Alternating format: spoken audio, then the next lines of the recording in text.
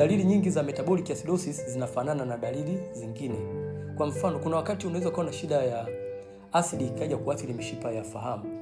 Ukaenda hospitali ukaelezea, mtu wa tunasema wale neurologist wanaweza wakajua kabisa wewe una changamoto ya masuala ya neurons, masuala ya nerves.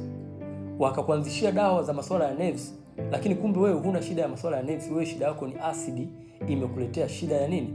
Ya masuala ya nerves. Sasa unaweza kuwa unatumia dawa za nerves, unajikuta hupati nafuu, au unatumia dawa za kichwa hupati nafuu. Kuna watu ambao walienda kufanya mpaka vipimo vya moyo, wakaambiwa huumwi, lakini kwa sababu mtu anapata maumivu wanamwanzishia dawa.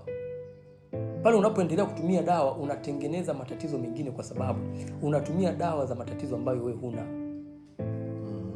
Sasa changamoto ya asidi, mpaka ufike mahali ukajua hii ni metabolic acidosis, inatakiwa uanze kutumia dawa ili upunguze kiwango cha asidi. Sometimes it's too late, mambo yanakuwa tayari yameshaharibika.